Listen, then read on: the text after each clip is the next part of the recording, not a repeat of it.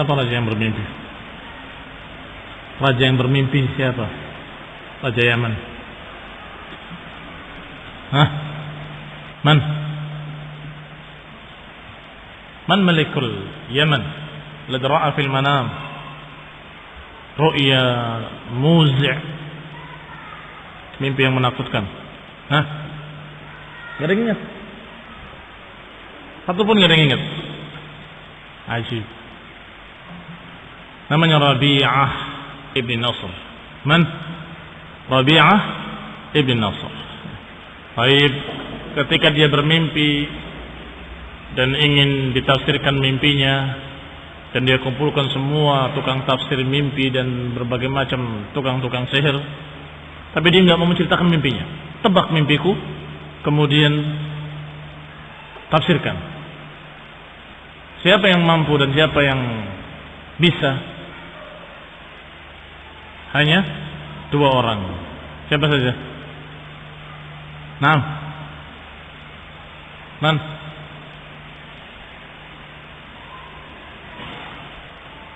Naam. Juga nggak diingat? Hah? Syiqqin wa satih. Syatih wa syiqq. Naam. Ternyata apa tafsir mimpinya? Ternyata mimpinya ditafsirkan bahwa dia akan terkalahkan oleh tentara Habasyah. Dan atas Habasyah itu nama lainnya Sudan. La yanzilanna ardakumus Sudan walam yatruk ahadan bil Yaman. Nanti akan menyerang kalian dan mengalahkan kalian orang-orang Sudan dari Habasyah, dan tidak menyisakan kalian sedikit pun di Yaman. Tetapi ternyata tidak langsung, ada berbagai macam kejadian-kejadian sampai terjadinya kekalahan oleh Raja Habasyah. Baik, kita lanjutkan. Apa yang diriwayatkan oleh Ibnu Hisham rahimahullahu ta'ala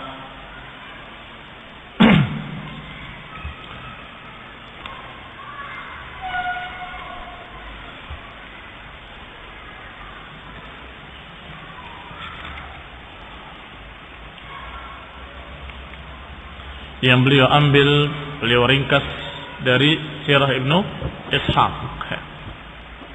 Bismillahirrahmanirrahim. Innal hamdalillah nahmaduhu wa nasta'inuhu wa nastaghfiruh wa na'udzu billahi min shururi anfusina wa min sayyiati a'malina man yahdihillah fala mudilla lahu wa man yudlil fala hadiya lahu wa ashhadu an la ilaha illallah wahdahu la sharika lahu wa ashhadu anna Muhammadan 'abduhu wa rasuluh sallallahu alaihi وعلى آله وأصحابه والتابعين وتابع التابعين ومن تبعهم بإحسان إلى يوم الدين. يا أيها الذين آمنوا اتقوا الله حق تقاته ولا تموتن إلا وأنتم مسلمون. يا أيها الناس اتقوا ربكم الذي خلقكم من نفس واحدة وخلق منها زوجها وبث منهما رجالا كثيرا ونساء واتقوا الله الذي تساءلون به والأرحام إن الله كان عليكم رقيبا. يا أيها الذين آمنوا اتقوا الله وقولوا قولا سديدا يصلح لكم أعمالكم ويغفر لكم ذنوبكم ومن يطع الله ورسوله فقد فاز فوزا عظيما.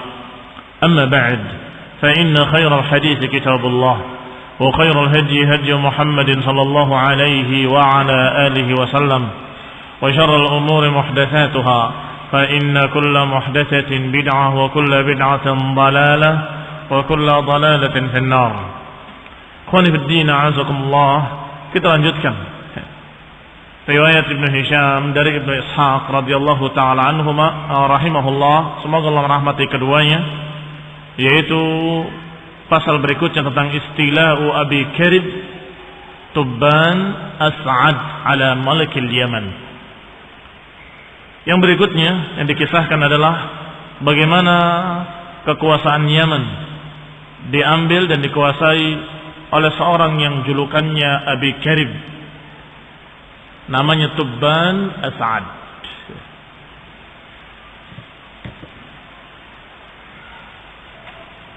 Dan juga yang akan dikisahkan hari ini adalah perang Yathrib. Yathrib adalah nama lain dari Madinah. Nama lain dari negeri Madinah adalah Yathrib. Qala rahimahullah, falamma halaka Rabi'ah ibn Nasr raja'a mulkul Yaman kulluhu ila Hasan ibn Tubban As'ad. Bahwasanya ketika binasa Rabi'ah ibn Nasr, yakni raja yang kemarin Rabi'ah ibn Nasr yang bermimpi dengan mimpi yang katanya mengerikan, yang kemudian ditafsirkan dengan tafsir-tafsirnya, dia binasa, meninggal, dan kemudian digantikan oleh seorang yang bernama Hasan ibn Tubban As'ad. Tubban As'ad biasa dipanggil dengan Tubba, panggil dengan Tubba, yakni Tubban As'ad. Karena abuhu Tubban As'ad qad ja'ala tariqahu hina aqbala min al-mashriq 'ala al-Madinah falam yahij ahluha wa khallafa baina adhhurihim ibnan lahu. Bahwasanya Tubban As'ad, bapaknya Hasan, dia biasa menjadikan jalannya ketika dia ke Masyriq melewati Madinah. Jadi biasa dia ke Masyriq kemudian ke Yaman melewati Madinah. Dan dia dalam keadaan tinggal di Madinah beberapa saat sampai dia melahirkan seorang anak di Madinah, dan kemudian ditinggal ke Yaman, kembali ke Yaman. Wa khalafa baina adhurihim ibnan lahu faqutila ghilatan. Ternyata anaknya dia, anaknya Tubban As'ad di Madinah dibunuh dengan kezaliman.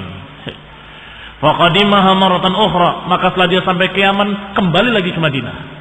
Kembali ke Madinah untuk menuntut tentang anaknya kenapa dibunuh. Wa huwa mujmi'un li ikhrabiha wa isti'saliha ahliha. Dan raja Yaman ini bertekad untuk merusak kota Madinah dan mengusir seluruh penduduknya dan membantai mereka semuanya. Fajama'alu hadzal hayyil minal ansar. Maka Madinah pun mendengar berita itu bahwa pasukan Yaman akan datang, maka dia mempersiapkan kekuatan yang mereka punya dari para ansar, para penolong-penolong yang ada di sekitar Madinah yang siap untuk berperang. Wa ra'isuhum Amr ibn Dhallah. Pimpinan orang-orang yang membela Madinah dipimpin oleh Amr ibn Dhallah. Faqtatalu, akhirnya berperanglah, terjadilah peperangan di Yathrib atau di Madinah antara penguasa Yaman dengan tentaranya dan Amr ibn Dhallah dengan pasukannya di Madinah. Tentunya tidak seimbang kekuatannya. Jelas jauh lebih kuat pasukan Yaman dan diperhitungkan bakal kalah. Orang-orang Madinah bahkan kalah dan bahkan hancur. Maka datanglah dua pendeta. Qalat azumul ansar, tetapi Ansar sejak dulu memang kaum yang unik. Orang-orang Ansar, orang-orang Madinah yang membela Madinah tadi orang-orang yang unik sehingga mereka memerangi orang-orang Yaman tadi di siang hari. Tapi di malam hari dipersilahkan untuk makan dan minum. Dijamu sebagai tamu. Maka diriwayatkan di sini kanu yuqatiluna bin nahar wa yuqrunahu bil lail. Bahwasanya mereka ini adalah orang-orang yang memerangi pendatang-pendatang tadi di waktu siang dan kemudian dia menjamunya di malam hari. Karena sebagai tamu, maka dijamu di malam hari. Tapi di siang hari terjadilah pertempuran seperti biasanya. Wa yu'jibuhu dzalika minhum. Dan ini sungguh membuat kagum Raja Yaman bahwa ini mereka bukan orang biasa, bukan orang sembarangan, orang-orang istimewa atau suku yang sungguh dermawan. Fa bainama Tubba ala dzalik, dan ketika Tubba yang dimaksud Tubban As'ad, disebut saja dengan kalimat ringkas yaitu Tubba. Fa baina Tubba'un ala dzalika min qitalihim idja'ahu Habrani. Ketika terjadi pertempuran seperti itu, maka datanglah kepada Tubban As'ad dua orang Habr. Habr itu julukan pendeta Yahudi. Dijuluki dengan habr. Bentuk jamaknya ahbar. Sebagaimana disebutkan dalam Al-Quran. Ittakhadhu ahbarahum wa ruhbanahum arbaban min dunillah. Mereka mengambil ahbar mereka dan ruhban mereka sebagai Tuhan-Tuhan selain Allah. Yang dimaksud adalah pendeta-pendeta Yahudi. Ahbar bentuk jamak dari habr. Kalau musanna habrani. Qala idja'ahu habrani min ahbari Yahud. Datanglah dua orang pendeta dari pendeta Yahudi. Alimani rasikhani fil ilm. Dua-duanya alim, memiliki ilmu tentang kitab-kitab terdahulu, dan dia dalam keadaan rasih ilmunya, dalam ilmunya. Hina sami'a bima yuridu min ihlakil Madinah wa ahliha. Ketika dua pendeta tadi mendengar bahwa si raja dan penguasa Yaman tadi akan menghancurkan Madinah, diingatkan oleh dua pendeta ini. Qala, keduanya berkata, ayyuhal malik, la taf'al, jangan kamu lakukan. Ini niatmu untuk menghancurkan Madinah, untuk menghancurkan Yathrib dan membantai orang-orangnya, la taf'al, jangan kamu lakukan. Fa innaka in abaita illa ma turid hila bainaka wa bainaha. Sungguh kalau kamu memaksa dan kamu tetap menginginkan apa yang kamu inginkan dan melaksanakan apa yang kamu kehendaki, maka niscaya kamu pasti akan terhalang, pasti akan gagal, dan kami mengkhawatirkan kamu. La na'man 'alaika 'ajil al-'uqubah.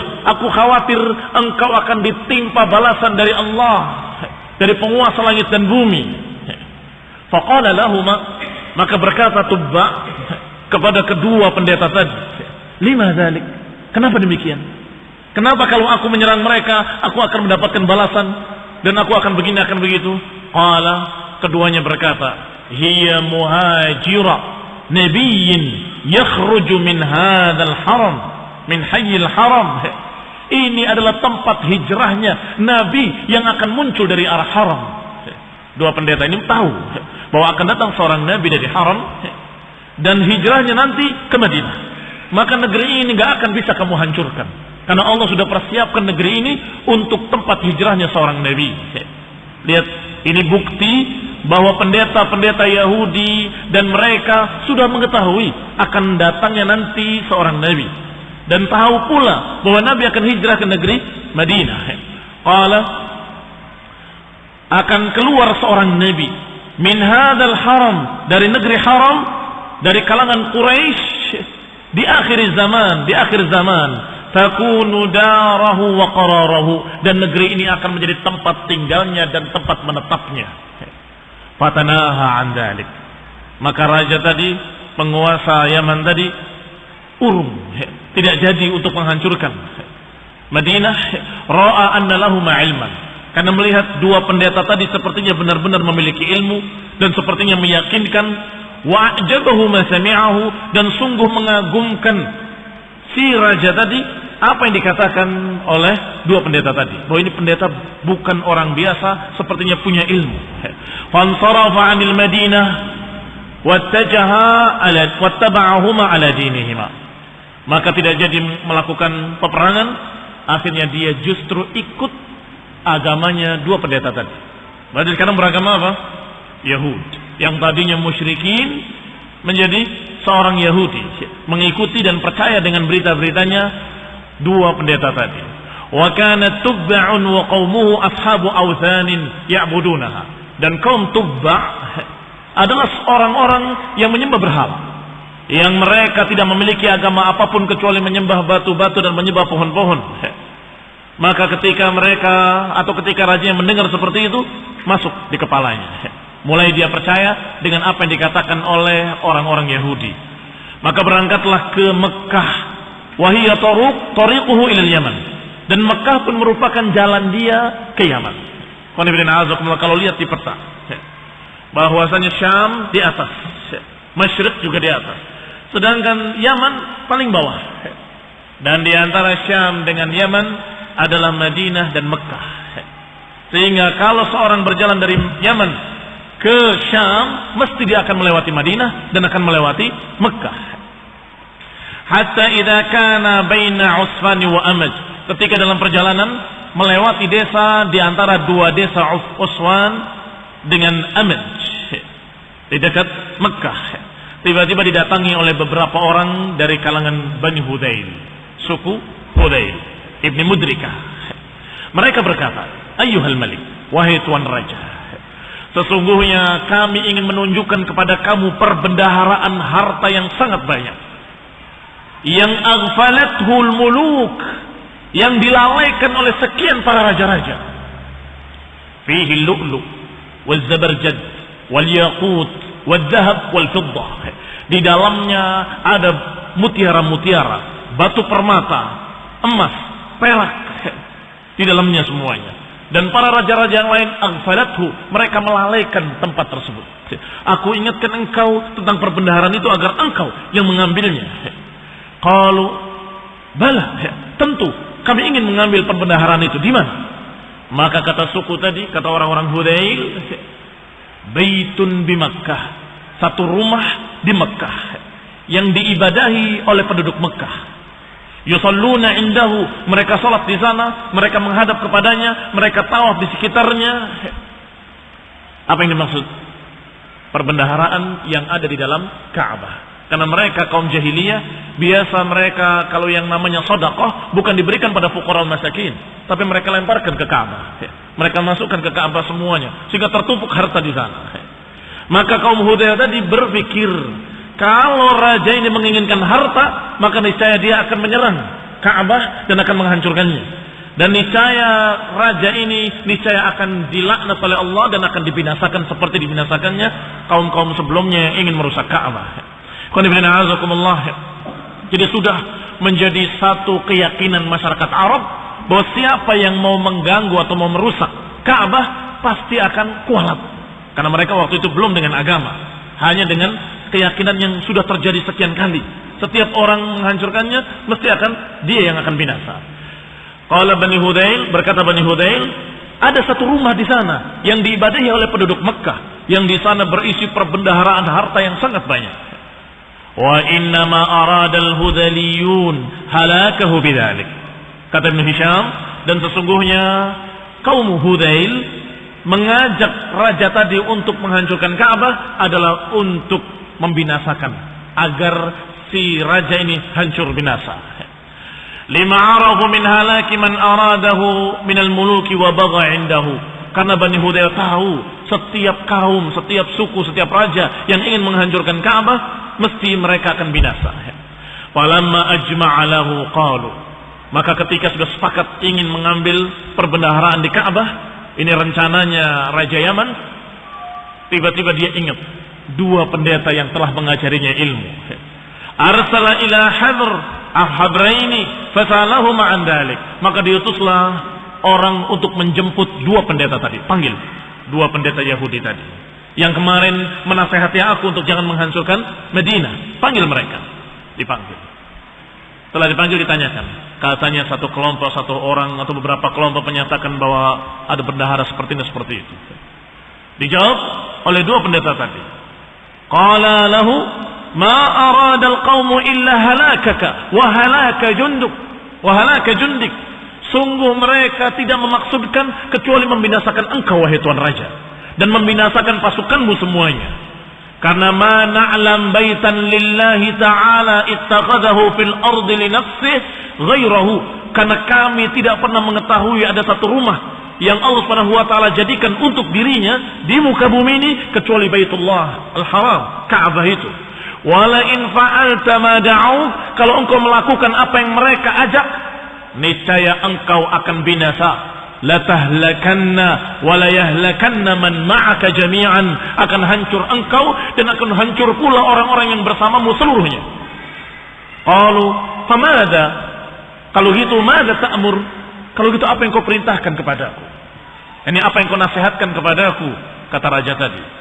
Qala, berkata keduanya, berkata dua pendeta tadi kepada rajanya, idza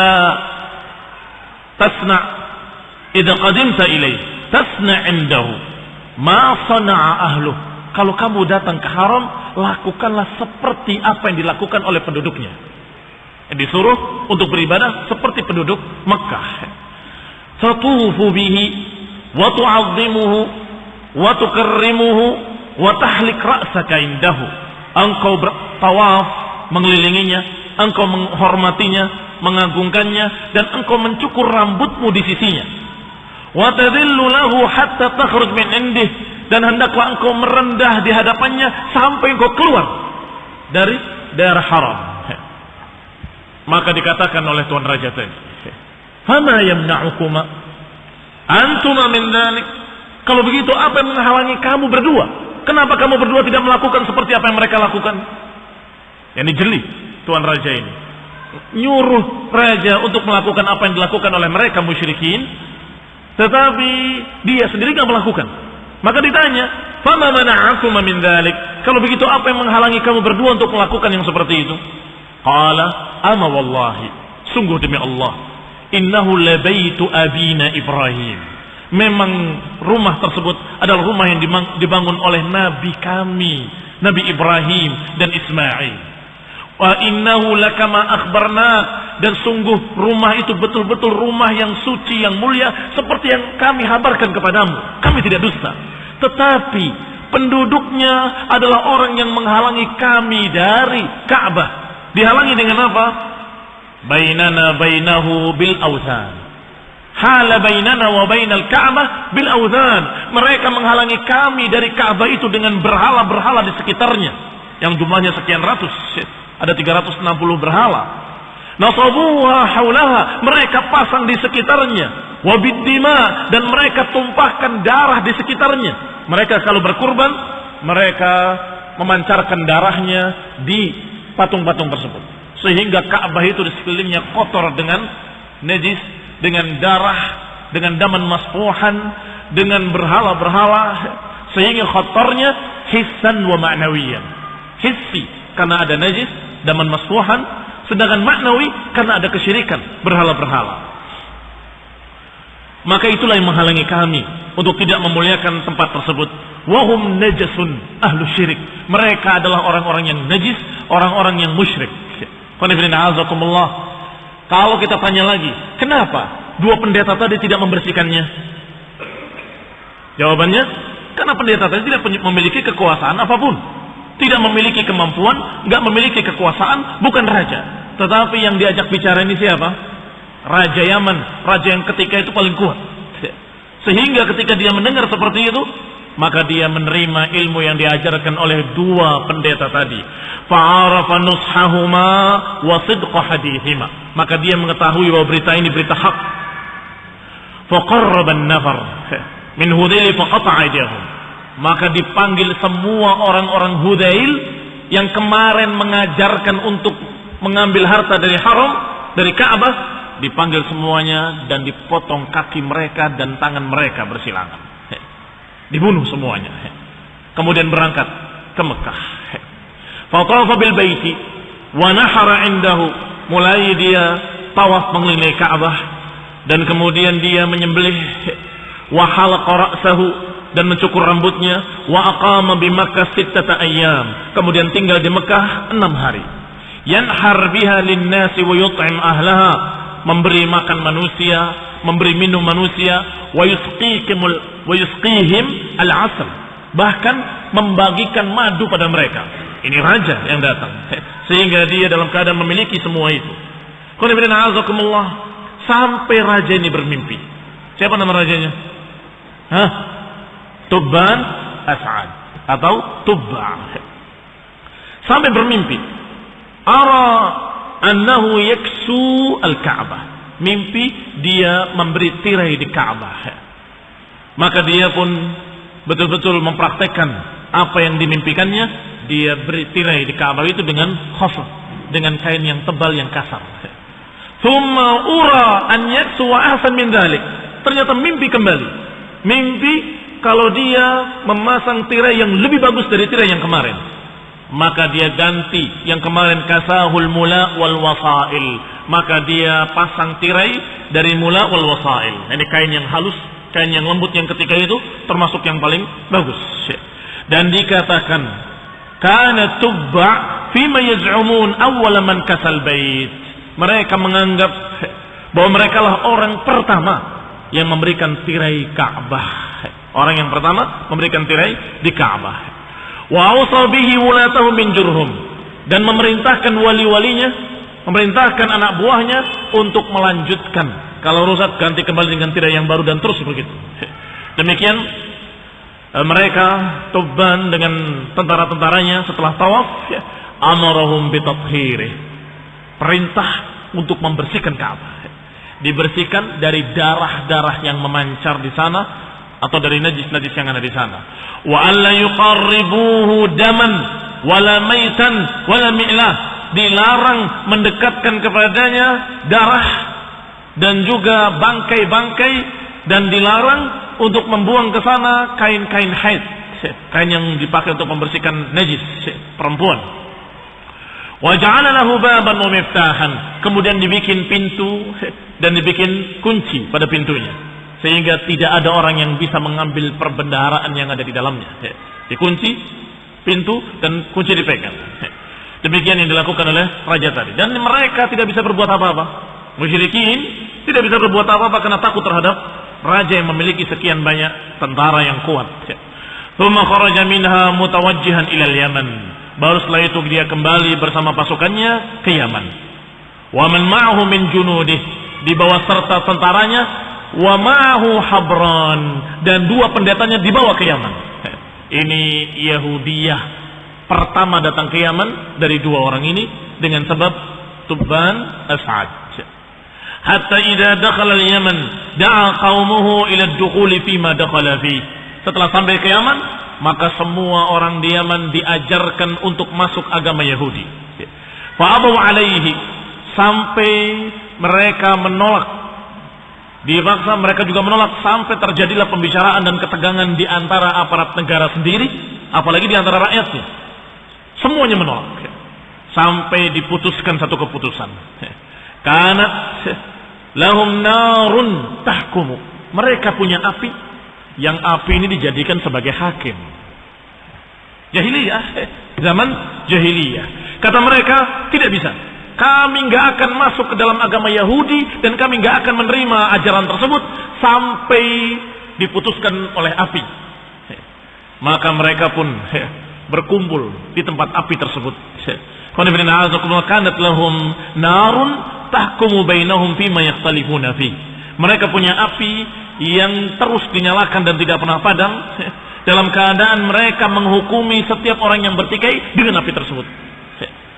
Ta'kulul zalim wa la tadurrul mazlum. Katanya, wallahu alam, api tersebut membakar orang zalim tapi tidak membakar orang yang mazlum. Jadi kalau orang yang terdolimi tidak terkena, tidak terbakar. Tapi kalau orang yang zalim terbakar, katanya. Wallahu ta'ala a'lam. Fa kharaja qaumuhu bi awthanihim wa ma yataqarrabuna fi dinihim wa kharaja al-habran. Maka tokoh-tokoh mereka kaum musyrikin membawa berhala-berhala mereka. Sedangkan dua pendeta tadi membawa kitab suci mereka. Kemudian datang ke api tersebut. Disuruh pertama kali para tokoh-tokoh musyrikin dengan berhalanya mendekat ke api tersebut. Ketika mereka mendekat ke api tersebut, api mulai menyambar. Maka mereka mundur. Maka kata pengikutnya, sabar, sabar, sabar. Kamu harus istiqomah, katanya. Harus sabar. Maka mereka memaksakan diri sabar dalam api tersebut. Mendekat, dan mulai lidah api membakar mereka. Sampai terbakar berhala-berhala mereka dan terbakar pula orang-orang tersebut. Yang kedua, dua pendeta tadi disuruh mendekat ke api tersebut dengan kitabnya.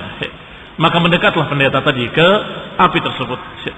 Pada marahum, mulai api menjilat. Maka pendeta tadi berkeringat di keningnya, butiran-butiran keringat, tetapi api tidak membakarnya. Qala fa kharajal habran wa man hamala dhalika min rijali himyar wa kharajal habran bimasahifihima fi a'naqihima. Mereka letakkan mushafnya di kepala mereka.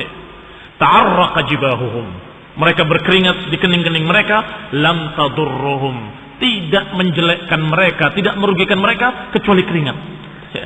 Fa asfaqat 'inda dhalika himyar ala dinih, maka seluruh penduduk Himyar satu desa di Yaman, tempat kerajaan tersebut, mereka semuanya beriman kepada agama Yahudi, beriman kepada Allah Subhanahu wa taala dan beriman kepada kitab Taurat yang mereka pegang. Itu asal pertama. Yahudiyah ada di sana.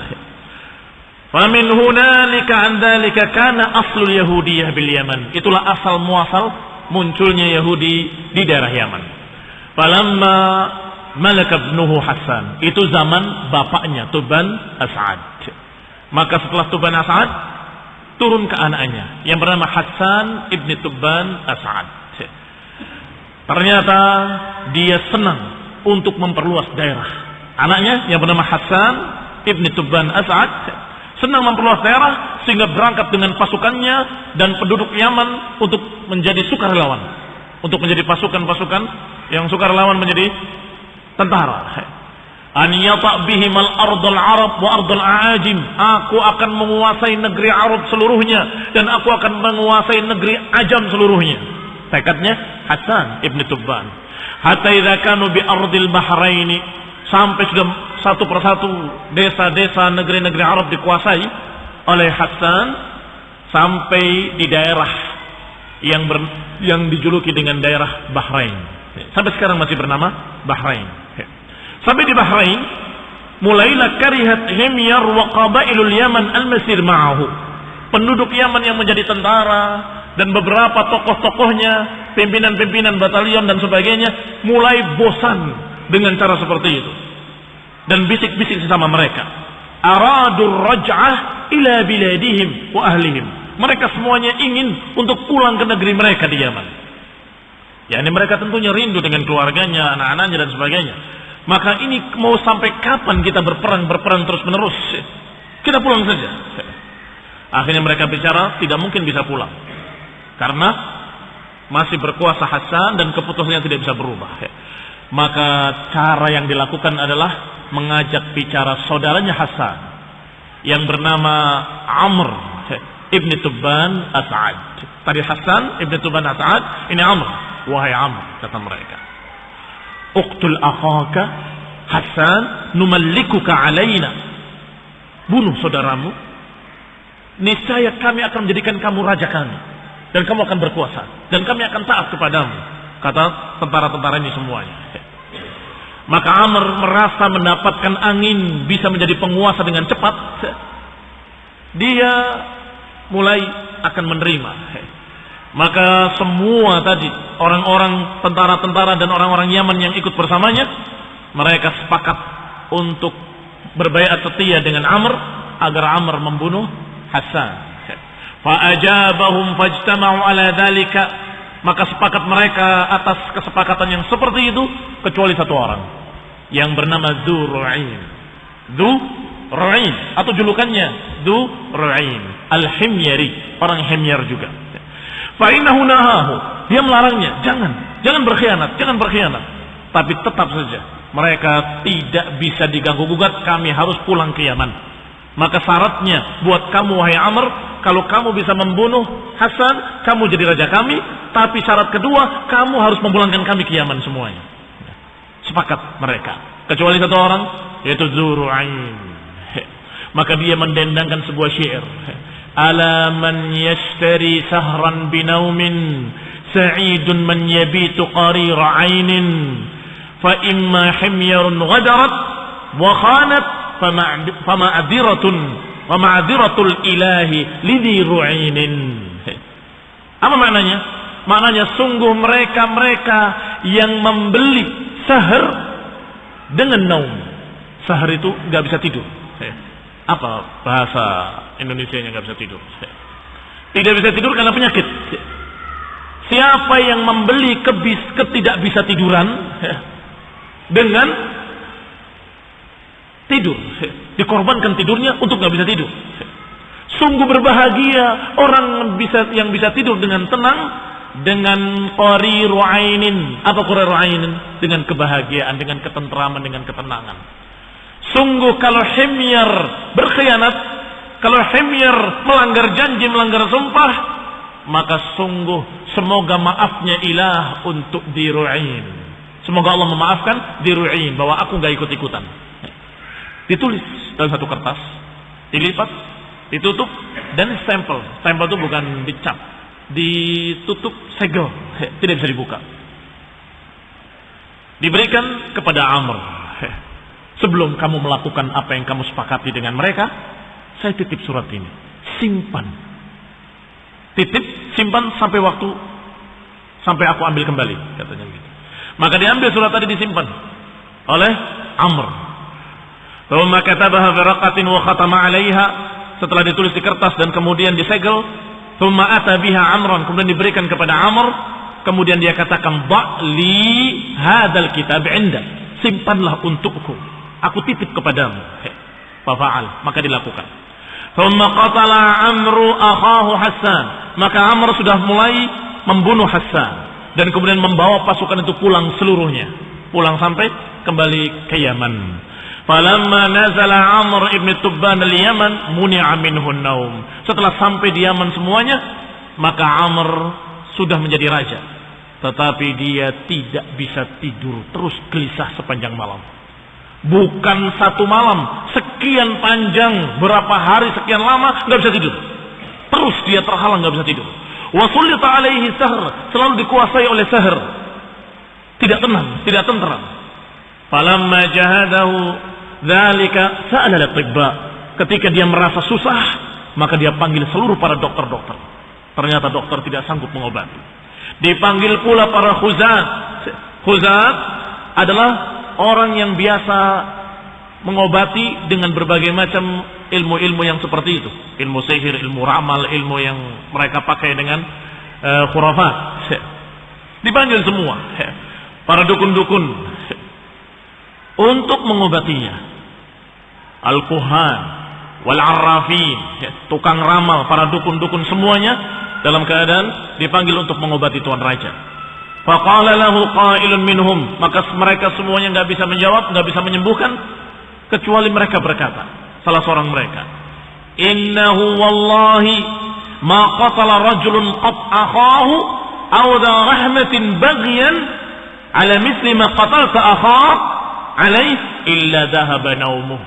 Sungguh tidaklah seseorang pun membunuh saudaranya yang masih saudara sekandung dalam keadaan seperti kamu membunuh saudaramu, kecuali pasti dia akan dicabut tidurnya dan dia nggak akan bisa tidur.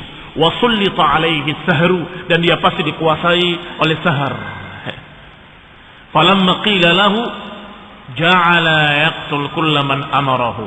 Ketika dia tahu bahwa itu sebabnya karena membunuh saudaranya, maka dia dendam dengan orang-orang yang pernah menyuruhnya untuk membunuh saudaranya. Dia panggil satu persatu.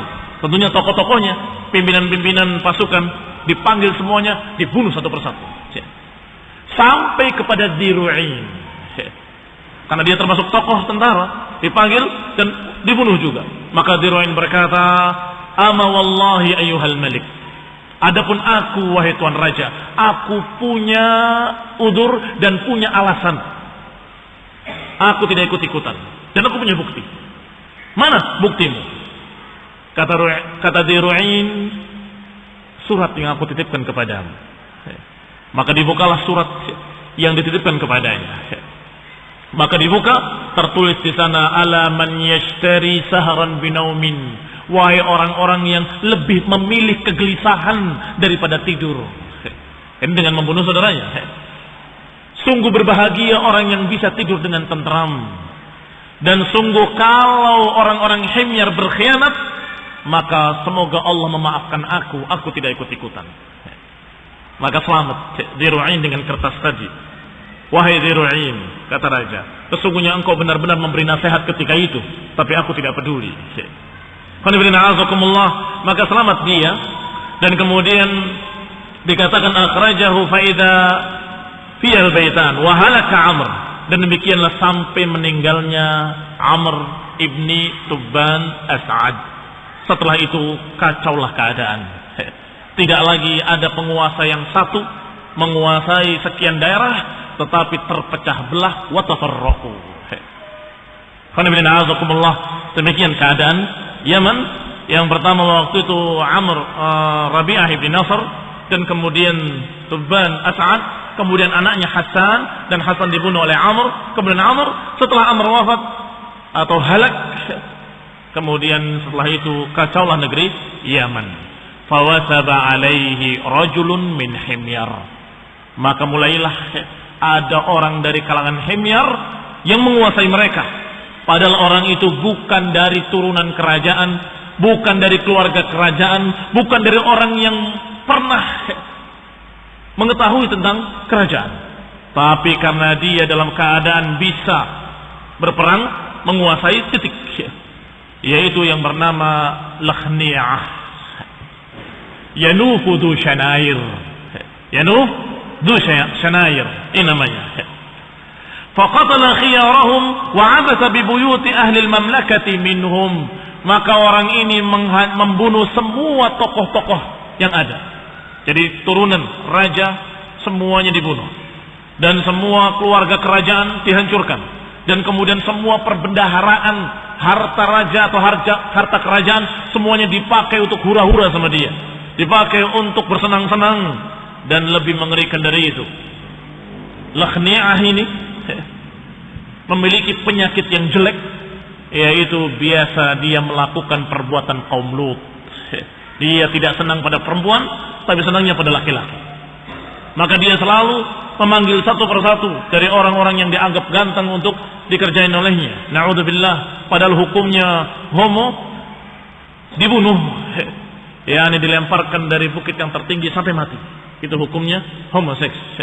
Dan Allah mengangkat kaum Lut dan tanahnya, daerahnya, desanya terus sampai dekat langit dan sampai terdengar nubahu kilabihim, sampai terdengar gonggongan anjingnya dan kokok ayamnya terdengar di langit. Kemudian dibalik dan dihempaskan oleh Allah SWT. Itu adab bagi kaum Lut yang melakukan hal tersebut. Dan ternyata penguasa ini yang namanya Lakhni'ah Dushanair adalah dusyar, memiliki syar, memiliki kejelekan yang sangat jelek dan busuk. Faba'atha ila Zur'ah di Nuwas. Pada satu hari dia mengutus seorang untuk menjemput pemuda yang dianggap ganteng, putih, bersih dan sebagainya. Dia panggil untuk dikerjain seperti biasanya.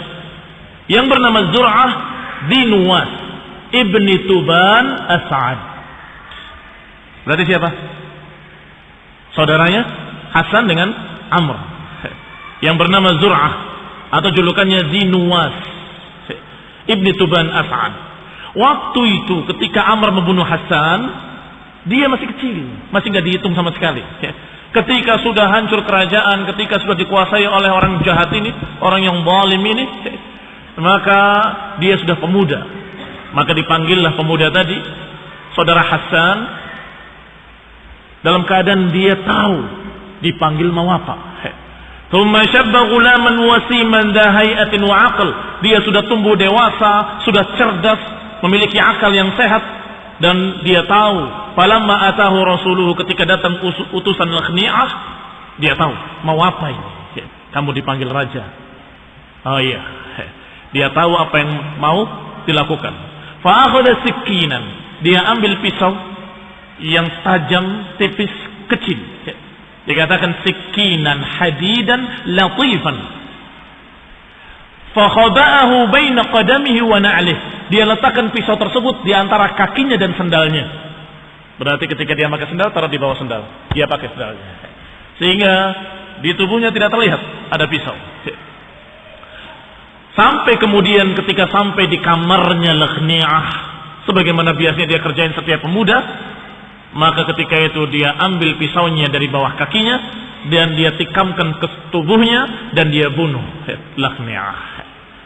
Setelah itu ketika dia keluar dalam keadaan dia menyatakan aku telah membunuh dia, maka semua orang, termasuk orang-orang sendiri pengawalnya, termasuk penjaganya dan tentaranya, semuanya senang. Dibunuhnya rajanya, mereka senang semuanya, karena mereka tahu orang ini orang yang na'udzubillah, orang yang busuk akhlaknya, orang yang jelek. Maka qalu, mereka berkata semua serempak, ma yanbaghi an yamlikuna ghairuk. Sungguh tidak pantas menguasai kami kecuali engkau, wahai Zur'ah di Nuwas ibni Tuban As'ad. Ma yanbaghi an yamlikuna ghairuka idraj rahattana. sebentar. Id arahtana min hadzal khabith. Kata mereka, karena engkau telah mengistirahatkan kami dari si jelek ini. Ini sejarah kembalinya kerajaan kepada keluarga Tubban As'ad. Insyaallah kita lanjutkan pada kajian mendatang biidznillah taala, bahwa ternyata orang ini dari satu sisi telah membunuh orang jelek, tapi dari sisi lain sebentar lagi akan dibahas pada kajian mendatang bahwa orang ini pula yang kemudian membantai orang-orang saleh, yang kemudian turun ayat qutila ashabul ukhdud an-nari zatil waqud. Nasallahu taufiq wal afiyah. Subhanakallahumma bihamdik asyhadu an la ilaha illa anta astaghfiruka wa atubu ilaik. Assalamualaikum warahmatullahi wabarakatuh.